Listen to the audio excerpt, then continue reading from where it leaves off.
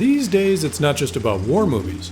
The Pentagon has managed to colonize the entire entertainment landscape. They've always had their toe in sci-fi, for example, but now it's a major part of the game.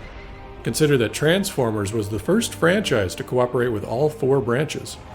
Sci-fi and comic book movies served as a refuge from all those real and hugely unpopular overseas occupations.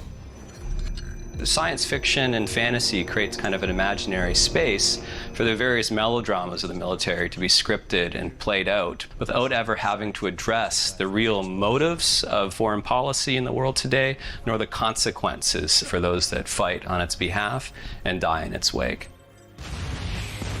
If this embrace of sci-fi strikes you as a bit strange, you're not alone. When Philip Strubb or anybody in the Entertainment Liaison Office says that it has to be accurate, we're just changing these scripts to make it accurate.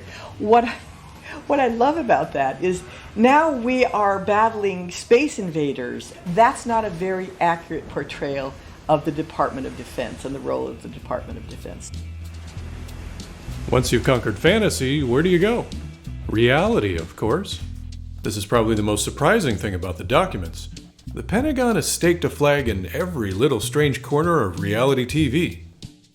They've had their hand in game shows like The Price is Right for a while. Despite all the yelling and running around, the military carefully manages these events. This includes hand-picking participants, and audience participation is out because they're regarded as too spontaneous. On these game shows, and especially daytime talk shows, you'll see a ton of reunions. The office is constantly arranging them. Then there are the many military-themed home makeover shows.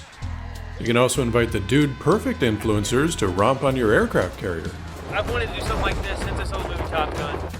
Or have the Rachel Ray Show put a bunch of service people through a cooking challenge. Cooking shows are an astonishingly big part of Pentagon assistance with TV. Cake shows especially. Boy, do they love cake shows. Lots of different kinds of cakes. Fighter jet cakes, tank cakes. You have competition shows that serve as recruiting vehicles. Then there's what you might call harder TV documentary fare, the kind of stuff on the History and Discovery channels.